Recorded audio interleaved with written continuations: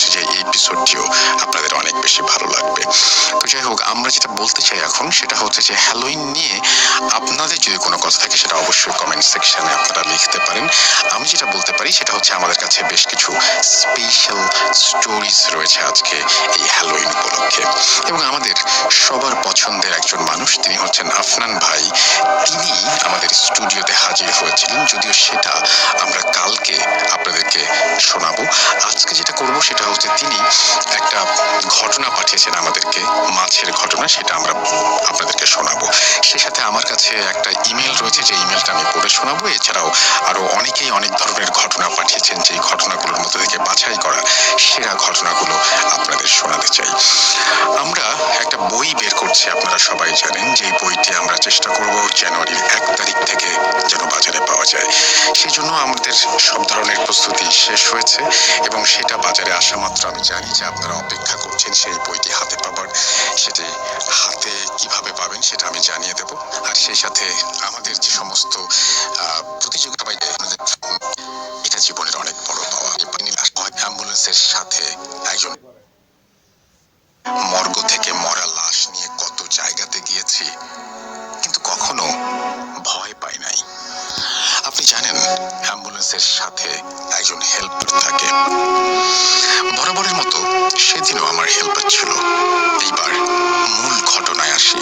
ঘটনা ঘটেছে 2013, সেদিন ছিল শুক্রবার।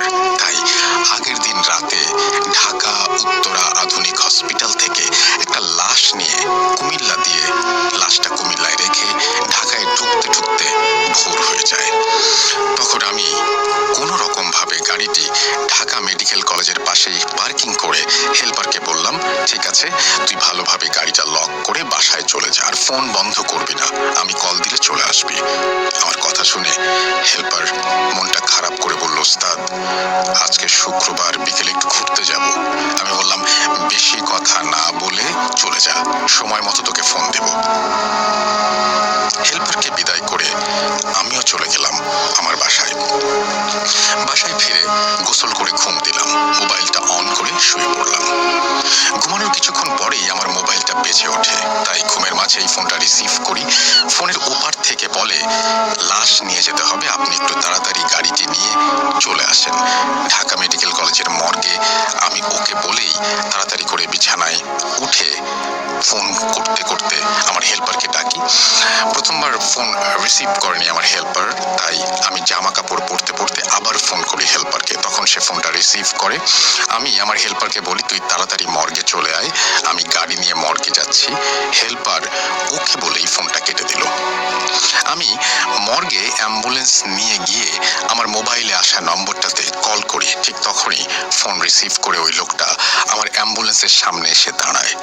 আমি তাকে জিজ্ঞেস করলাম, ভাই, আজকে শুক্রবার, তাছাড়া আমি ঘুমিয়েছিলাম, ভাড়া মারার ইচ্ছে ছিল না, কিন্তু আপনার বারবার অনুরোধের কারণে আমি এসেছি।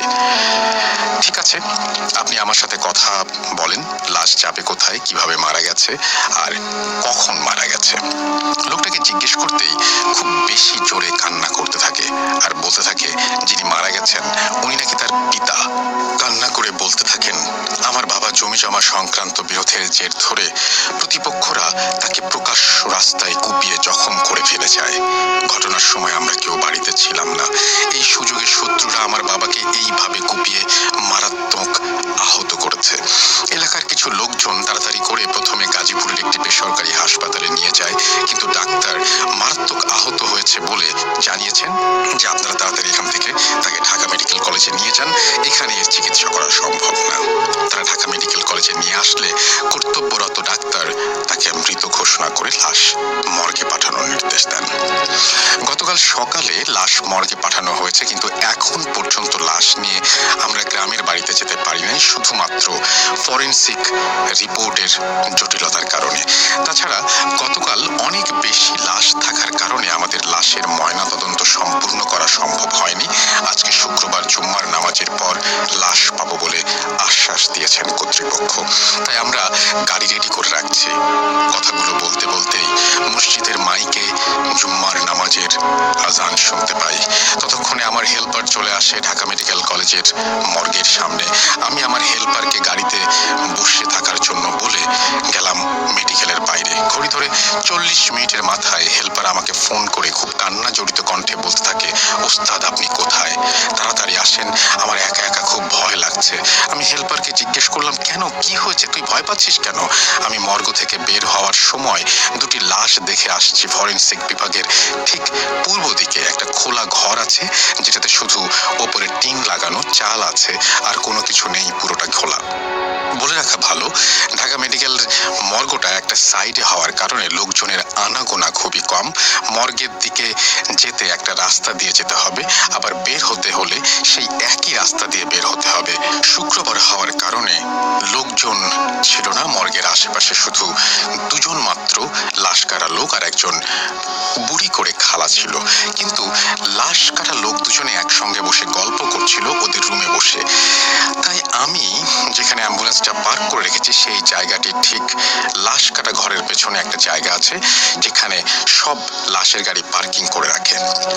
তো আমার হেল্পারের ফোন শুনে কেন যেন একটু সন্দেহ হলো, তাই আর দেরি না করে সোজা মর্গে চলে আসি।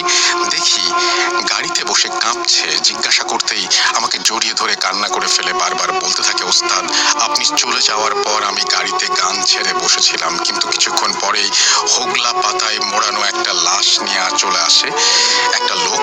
আমি একটু কৌতূহল বশত লাশের কাছে গিয়ে দেখার চেষ্টা করি। একটু পরে রুম থেকে বের হয় একটা বুড়ি, সাথে দুজন পুলিশ ও লাশের লোক। পাতায় মোড়ানো লাশটা খুলে বুড়িটা পুলিশকে বলছে, আর পুলিশ তার হাতে থাকা ডায়েরিতে নোট নিচ্ছে। আমি কাছে গিয়ে লাশের দিকে তাকিয়ে দেখি 10 কিংবা 12 বছরের একটা মেয়ের লাশ। মাথার অংশ পুরো থেতলে গেছে, পেটের ভুঁড়ি বের হয়ে গেছে, ভয়ানক দেখতে লাশটি। তাই আর দেরি না করে তাড়াতাড়ি গাড়িতে উঠে বসে আবারও গান শুনতে থাকি। গানের আওয়াজ খুব কম থাকায় গাড়ির পেছনে 2বার আওয়াজ শুনতে পাই।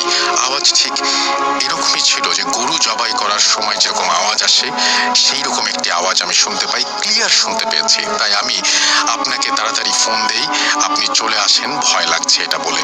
হেল্পারের কথা শুনে তাকে আমি ধমক দিয়ে বলতে থাকি, কোথায় আওয়াজ, এমনি একটা ফালতু কথা বলছিস, এরকম করলে তুই চাকরি করতে পারবি না, মনে সাহস না থাকলে লাশের গাড়িতে চাকরি করা যায় না। আমি তাকে রেডি করার জন্য আমরা কিছুক্ষণ পরেই লাশ নিয়ে রওনা হব। 10 মিনিট পরেই লাশের লোক আমাকে ফোন করে বলে, ভাই যে পরিমাণ গরম পড়েছে, তাছাড়া 2 দিন ধরে মর্গে পড়ে আছে লাশ। আমি তাকে বললাম, ঠিক কিছু করার নাই, আপনারা যত তাড়াতাড়ি সম্ভব লাশটাকে বের করে নিয়ে আসেন, তাড়াতাড়ি বের হব এখান থেকে। তার কিছুক্ষণ পরেই পুলিশের কাগজপত্র, ফরেনসিক বিভাগের ডাক্তারের সার্টিফিকেট সহ লাশ কাটা ঘর থেকে লাশ নিয়ে বের হচ্ছে তার ছেলে। আমি গাড়ি নিয়ে মর্গের গেট বরাবর প্লেস করলাম। প্রথমে লাশটাকে একটি কাঠের কফিনে ঢুকিয়ে তারপর গাড়িতে তুলতে হবে। কফিন খুলে লাশ কাটা লোক দুজনে মিলে লাশটি কফিনে ভরে উঠিয়ে দিল। লাশটি কফিনে ঢুকানোর সময় ভালোভাবে লাশের দিকে তাকিয়ে দেখলাম গলার নিচে ঠিক বুকের ওপরে একটা কোপের দাগ, যেটাতে হামলাকারীরা কুপিয়ে মারাত্মকভাবে আহত অবস্থায় রাস্তায় ফেলে যায়। লাশের পুরো শরীরে রক্ত ছিল, কিন্তু গত 2 দিন হয়েছে বলে শরীরের সাথে রক্তগুলো শুকিয়ে গেছে এবং সেগুলো কালো হয়ে গেছে। পুরো লাশটি কেমন যেন কালো। লাশের পুরো শরীর ফুলে চেনা যাচ্ছে না, খুবই ভয়ানক দেখতে লাশটি। তাছাড়া লাশটাতে পচন ধরেছে, ফলে প্রচুর গন্ধ বের হচ্ছিল এবং আমি শরীর থেকে সেই গন্ধটা পাচ্ছিলাম। যাই হোক, সব কাগজপত্র ঠিকঠাক করে আমরা রওনা হলাম। তখন ঘড়িতে বিকেল 4টা বেজে গেছে। মেডিকেল মর্গ থেকে বের হয়ে ঢাকা ইউনিভার্সিটি এরিয়া পার করে শাহবাগ চত্বরে এসে অ্যাম্বুলেন্সটি সাইড করলাম। আমার অ্যাম্বুলেন্সে থাকা লাশের বড় ছেলেকে বললাম, ভাই লাশ থেকে প্রচুর গন্ধ বের হচ্ছে, এই অবস্থায় চলতে থাকলে আমি বমি করে দেব, অনেক দুর্গন্ধ, পেট থেকে নাড়ি ভুড়ি বের হয়ে আসছে। আপনি গাড়ি থেকে নেমে কয়েকটি বডি স্প্রে আর কিছু আগরবাতি আর আতর নিয়ে আসবেন, না হলে এই লাশটি নিয়ে সিরাজগঞ্জ যাওয়া সম্ভব হবে না। তারপর লোকটা আমার কথা মতো সবকিছু নিয়ে আসলো। আমি গাড়িতে আগরবাতি জ্বালিয়ে পুরো গাড়িটা স্প্রে করে পুনরায় রওনা দিলাম। ঢাকা থেকে বের হতেই আশুলিয়া যখন পৌঁছাই তখন সন্ধ্যা। শুক্রবার হওয়াতে রাস্তা একদম খালি ছিল। আমি খুব দ্রুত গতিতে চালিয়ে যাচ্ছি, কিন্তু লাশের গাড়ি বলে কথা। দ্রুত গতিতে চালিয়ে যাচ্ছে, কিন্তু গাড়ি একেবারেই ধীর গতিতে এগিয়ে যাচ্ছিল। আমি আমার মতো করে গাড়ি চালাতে থাকি। সাভার, রপ্তানি, জিরানি বাজার, চন্দ্রামোড় পার হয়ে কিছু দূর যাওয়ার পর একটা ব্রিজ আছে। সেই ব্রিজে ওঠার সময় হঠাৎ করে আমার অ্যাম্বুলেন্সের গিয়ার কাজ করে না। অনেক চেষ্টা করে গাড়িটি ওপরে তোলার চেষ্টা করি, কিন্তু দুর্ভাগ্যক্রমে গাড়িটি পেছনে যেতে থাকে। তখন আমি কোনো উপায় না পেয়ে হেল্পারকে বলি, তুই তাড়াতাড়ি গাড়ি থেকে নেমে চাকাতে একটা সাপোর্ট দে, না হলে গাড়িটি খাদে পড়ে যাবে। হেল্পার তাড়াহুড়ো করে কোনোভাবে সাপোর্ট দিল এবং গাড়িটি থেকে সবাই নেমে পুনরায় রওনা দিলাম। কিছুক্ষণ পর আমার হেল্পার বলে, ওস্তাদ, লাশ একাই নড়াচড়া করছে আর কফিন থেকে জোরে জোরে কান্নার আওয়াজ শুনতে পাচ্ছি। আমি হেল্পারের কথায় কান না দিয়ে আমি সোজা চালাতে থাকি।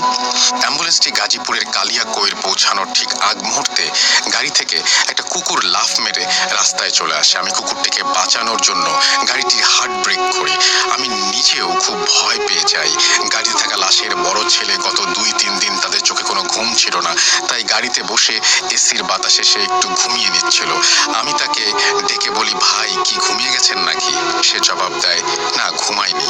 আমার দিনে ঘুম হয়নি বলে জানতাম রাতে হয়তো বা চোখে ঘুম আসতে পারে, তাই বেশি করে পান আর সিগারেট 2 প্যাকেট নিয়ে রেখেছিলাম।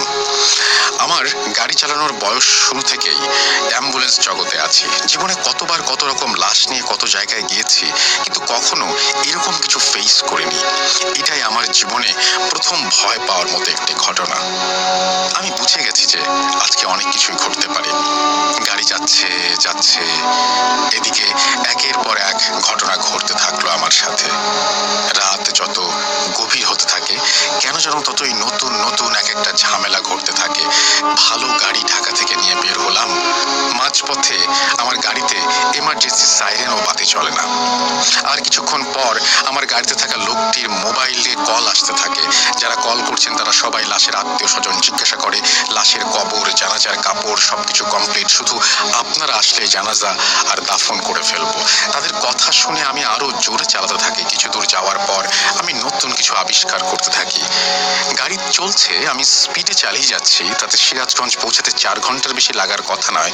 4 ঘন্টা চলে যাওয়ার পরও এখনো টাঙ্গাইল জেলা পার হতে পারি নাই। আমি গাড়িতে শুনতে পাই, আমি বুঝতে পারলাম যে গাড়ির চাকা ফেটে এই বিকট শব্দ হচ্ছে এবং কিছু দূর যাওয়ার পরে এই বিকট শব্দটি আমাদের কানে আসে।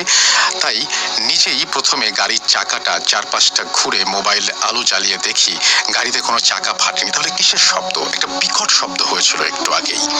আমি মন থেকে সবকিছু ফেলে দিয়ে আবার গাড়ি চালাতে থাকি।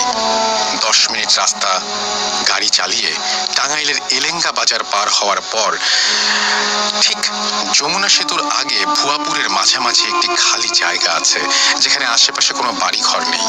রাস্তার পশ্চিমে শুধু গাছ আর পূর্ব দিকে রেল লাইন। রাত তখন 12টার ঘরে, বাইরে জ্যোৎস্নার আলোয় ঝলমল করছে পুরো দিক। হঠাৎ করে আবারও বিকট শব্দ কানে আসে। তখন কিন্তু আমি গাড়ি না থামিয়েই টানতে থাকি সামনের দিকে, কিন্তু গাড়ি একদমই সামনে যাচ্ছে না। বুঝতে পারলাম যে এবার সত্যি চাকা ফেটে গেছে। তাই গাড়িটি সাইড করে হেল্পারকে বললাম, নেমে দেখ কি অবস্থা। হেল্পার আমার কথা শুনে মনটা খারাপ করে, বলে, ওস্তাদ আমার খুব ভয় লাগছে, আমি একা নামতে পারবো না। আমি তখন বলি তাকে যে, ভাই লাশটি আপনার বাবার, আপনি যদি এরকম করেন তাহলে কিভাবে হবে? কিন্তু লোকটিও নামতে রাজি হচ্ছে না। আপনিও নামুন, হেল্পারও নামুক একসাথে। আমি বলার পরেও নামতে রাজি হচ্ছে না। তারপরেও আমি বারবার বলার পরে আমরা সবাই নেমে যাই গাড়ি থেকে এবং পেছনের সাইডে বাম পাশের চাকা দেখলাম যে ফেটে গেছে, রিম থেকে টায়ারটা বের হয়ে গেছে। আমি ঠিক হেল্পারকে বললাম, তাড়াতাড়ি করে চাকাটা খুলে ফেল আর যে আলাদা চাকাটা আছে সেই চাকাটা লাগিয়ে ফেল। বলেই আমি একটুখানি বাথরুমের জন্য গিয়েছি। এদিকে হেল্পার আমাকে ডাকতে শুরু করে। কাছে গিয়ে জিজ্ঞাসা করলাম, সমস্যা কি, ডাকছিস কেন? হেল্পার জবাব দেয়, গাড়ি থেকে লাশের কফিনটা বের না করলে এই চাকা বের করা সম্ভব হবে না। আমি কিছুক্ষণ চিন্তা করছি কি করা যায়। চিন্তা করেও লাভ নেই, করতে হবে। তাই আর দেরি না করে সোজা কফিনটি নামানোর চেষ্টা করি, কিন্তু কফিনটি এক চুলও নড়ে না। অনেকবার চেষ্টা করার পরেও নামাতে পারি না কফিনটি। তারপরে এক সময় নিচে নামাতে সমর্থ হই এবং কফিনটা রেখে একটা এক্সট্রা চাকা লাগানো হচ্ছে। এরই ফাঁকে আমি পাশে থাকা রেল লাইনে গিয়ে বসি এবং মোবাইলটা টিপতে থাকি। হঠাৎ চোখে পড়ে লাশের কফিনে। দেখি দুটি শেয়ালের মতো দেখতে মুখ এবং ঘোড়ার পিঠে অনেক লম্বা লম্বা পশমের দুটি শেয়াল কফিনের মুখ দিয়ে লাশটি কামড়ে খাচ্ছে। আমি তখন দৌড়ে গিয়ে জিজ্ঞাসা করলাম, তোমরা দেখো না শিয়ালে কফিনে লাশ খাচ্ছে? তখন তারা অবাক হয়ে বলতে থাকে, আপনি শিয়াল দেখেছেন? এখানে তো কিছুই নেই। আমি তাদের দুজনের কথা শুনে হতভম্ব হয়ে গেলাম। আমি নিজের চোখে কি তাহলে ভুল দেখেছি? এটা কখনোই হতে পারে না। যাই হোক, গাড়িতে চাকা লাগানো কমপ্লিট হয়ে গেছে। এইবার লাশটি গাড়িতে তুলে রওনা হব। আমার হাতে থাকা সিগারেটটি মাটিতে ফেলে দেই। তাদের দুজনকে কফিনটি ধরে গাড়িতে তোলার জন্য বলি। আমরা তিনজন মিলে লাশের কফিনটি গাড়িতে তোলার সময় চেষ্টা করি, কিন্তু কফিনটি যতবারই গাড়িতে ঢুকিয়ে ঠেলা দেই ততবারই কফিনটি নিচের দিকে চলে আসে। আমি তখন সূরা পড়ে নিচের গা বন্ধ করে নিলাম। পুনরায় আবার চেষ্টা করে গাড়িতে তুলতে সক্ষম হই। লাশটি ঢুকিয়ে পুরো গাড়িতে আবারও বডি স্প্রে করে আগরবাতি জ্বালিয়ে গোলাপ জল ছিটিয়ে দিলাম। যমুনা সেতুর টোল প্লাজায় গিয়ে টোল জমা দিয়ে গাড়ি নিয়ে সেতুর ওপরে উঠতে শুরু করলাম। সেতুর মাঝখান বরাবর যাওয়ার পর আমি খেয়াল করি আমার বাম হাতের কবজিতে একটু ব্যথা অনুভব করছি। সাথে সাথে আমার মাথার ওপরে থাকা লাইটটি জ্বালিয়ে দেখার চেষ্টা করি কি হয়েছে।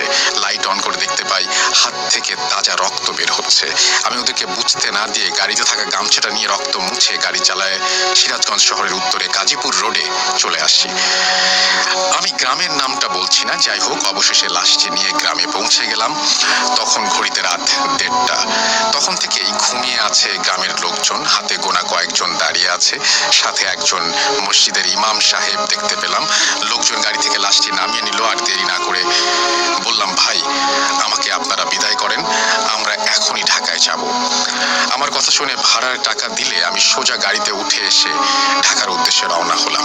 যমুনা সেতু পার হয়ে টাঙ্গাইল ঢুকতেই দেখি গাড়িতে কান্নার শব্দ আসছে। আমি অবাক হয়ে গেলাম। সারাদিন যা ঘটেছে, সাথে লাশ ছিল, কিন্তু এখন তো পুরো গাড়িতে আমি, আমার হেল্পার ছাড়া কেউ নেই। গাড়িতে তাহলে এরকম একটা শব্দ হচ্ছে কিভাবে? কান্নার শব্দ হবে কেন? আমি আল্লাহর রহমতে ভালোভাবে এরপরেও ঢাকায় পৌঁছে যাই। গাড়িটি পার্ক করে বাসায় চলে আসি।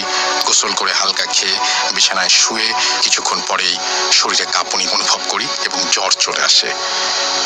তো এই ছিল ঘটনা, এবং এই ঘটনাটি খুব অদ্ভুত একটি ঘটনা। আপনি চিন্তা করে দেখুন যে যখন তিনি নিশ্চিত যে আর কোনো ঝামেলা